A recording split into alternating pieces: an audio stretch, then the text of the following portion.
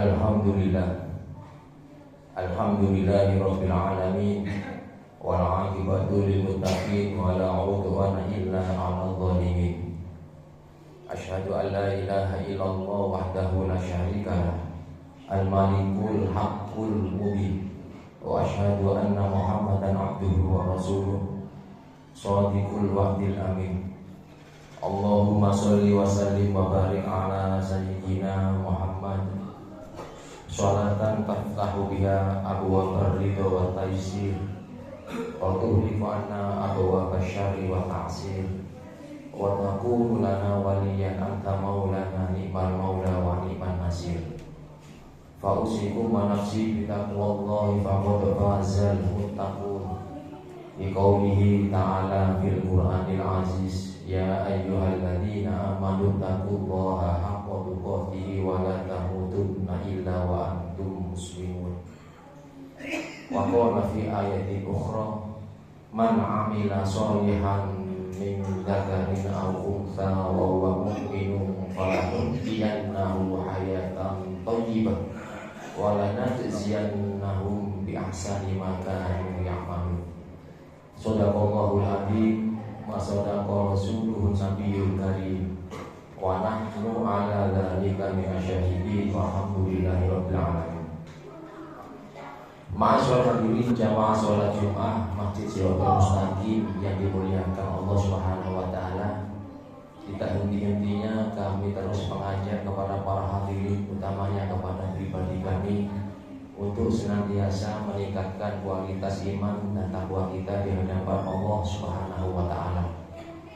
Takwa dalam arti yang sebenar-benarnya, dengan konsep imtithalu awamirillahi wa jtinabun nawahi, melaksanakan perintah Allah sekaligus menjauhi larangan Allah Subhanahu wa taala di mana saja kita berada. Baik ketika kita di dalam masjid, ketika kita di luar masjid, ketika kita di tempat ramai, ketika kita di tempat yang sepi, ketika kita bekerja di mana saja kita berada. Rasulullah SAW menghimbau kita untuk senantiasa selalu ingat, selalu bertakwa kepada Allah Subhanahu wa taala. Fa insyaallah ketika kita senantiasa selalu ingat, selalu bertakwa kepada Allah Subhanahu wa taala di mana saja kita berada, kita akan selamat. Bahkan diselamatkan oleh Allah Subhanahu wa taala baik hidup di dunia, terlebih nanti ketika kita menghadap Allah Subhanahu wa taala. Oleh karena itu Allah sering mengatakan dalam Al-Qur'an, wattaqullaha la'allakum tuflihun. Kunci agar kita hidup enak, nyaman, yaitu bertakwa kepada Allah.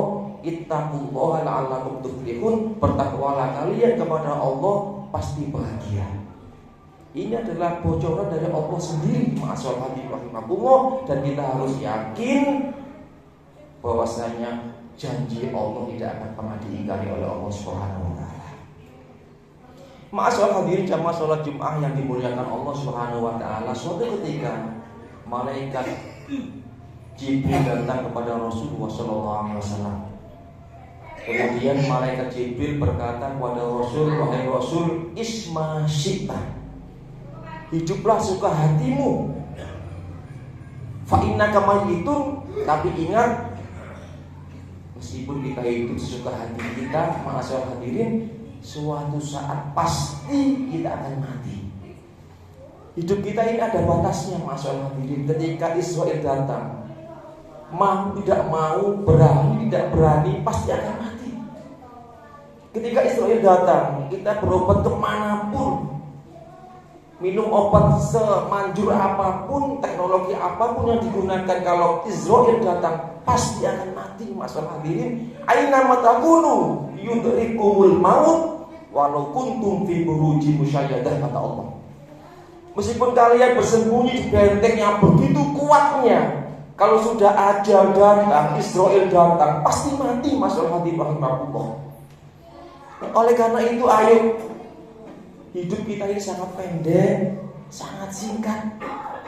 Rasul menyatakan, akmaru ummati baina sittin wa sab'in. Umur umatku, kata Rasul, kisaran 60-70 sangat. pendek, sangat singkat, sebentar. Oleh karena itu jangan diperpendek lagi hidup ini dengan mengisinya dengan hal-hal yang tidak ada guna dan manfaatnya, apalagi diisi dengan hal-hal yang dilarang oleh Allah Subhanahu wa taala.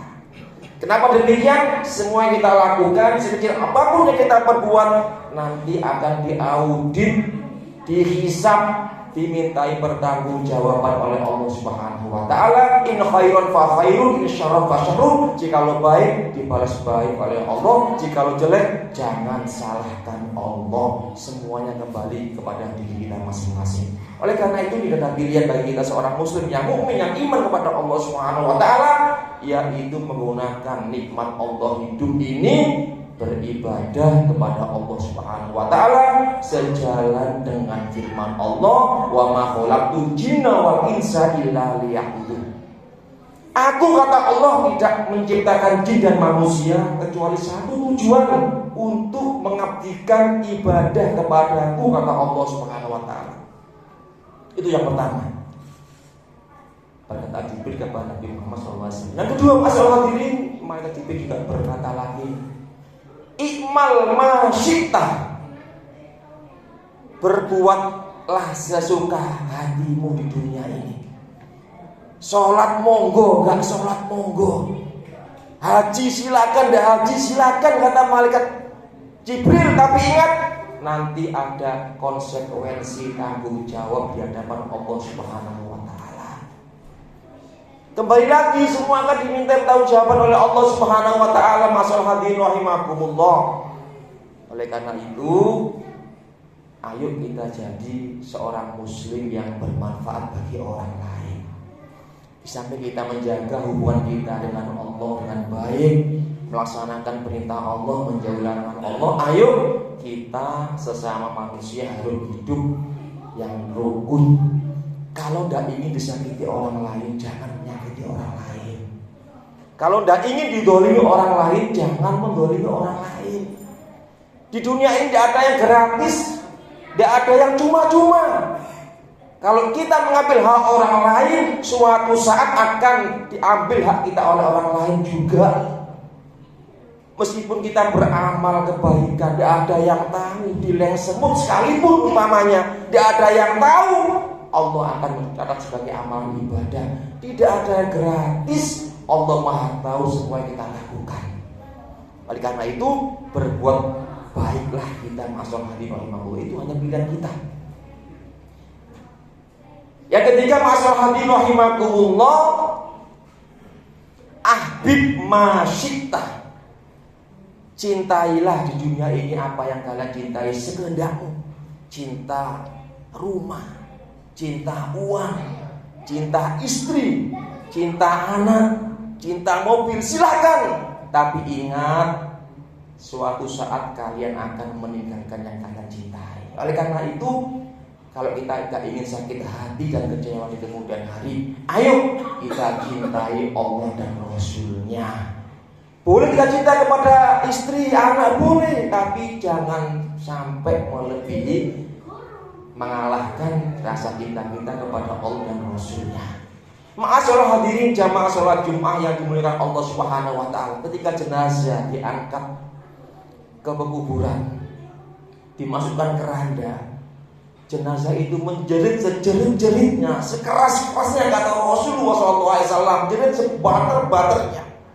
Semua makhluk di dunia ini mendengar, masalah hadirin rahimakumullah, kecuali jin dan manusia tidak mendengar. Semua menjerit. Kalau jenazah itu orang baik, ceritanya itu asri ubi, cepatlah kalian bawa aku ke kuburan, cepat. Aku segera menemukan nikmat kubur. Senang. Kalau orang baik, ceritanya sering benar. Senang. Cepat. Aku nak ketemu nikmat kubur. Ini orang baik, orang yang husnul khotimah. Tapi naudzubillah min dzalik, masalah hadirin, kalau ketika meninggal dunia tidak kenal Allah, tidak kenal Rasulullah, ini ceritanya mau dibawa kemana? Kembalikan aku, irji'uni, kembalikan aku takut jangan dibawa ke kuburan. Aku masih cinta rumahku, aku cinta suamiku, aku cinta duniaku, aku cinta rumahku. Tapi tidak kaset. Apa kata Allah Subhanahu wa taala? Iksa'u wa la tukallimun. Enyahlah kamu, jangan berkata apapun. Ini adalah takdir yang kamu terima, sebab semasa hidup kamu tidak mau mendengarkan kalimat-kalimat yang baik dari para dai dan para asatidz. Oleh karena itu masalah hadirin rahimakumullah, ayo tidak ada pilihan lain. Mumpung kita masih hidup, mumpung kita masih sehat, ayo kita pergunakan semaksimal mungkin untuk berbuat baik. Kenapa demikian? Kalau orang itu istiqomah berbuat baik, kalau meninggal, kalau tidak setelah berbuat baik, minimal akan berbuat baik. Artinya apa? Pasti husnul khotimah. Kalau tidak baik, kalau meninggal dunia, paling tidak mau melakukan kejelekan. Kalau tidak, habis melakukan kejelekan. Su'ul khotimah, masalah hadirin rahimakumullah. Makanya orang itu dinilai ketika akhir hayatnya. Kita berdoa kepada Allah, mudah-mudahan sewaktu-waktu ketika kita dipanggil oleh Allah Subhanahu wa taala, kita mohon kepada Allah, ya Allah, matikan kami dalam keadaan yang baik, mati dalam keadaan husnul khotimah, dan di akhirat nanti ya Allah, meskipun kami amal sedikit, kebaikan sedikit, dosa yang begitu banyak, izinkan kami ya Allah, perkenankan kami ya Allah masuk surga bersama kekasihmu kanjeng Nabi Muhammad sallallahu alaihi wasallam. Amin Allahumma amin. Aqulu qauli hadza fastaghfiru innahu huwal ghafurur rahim.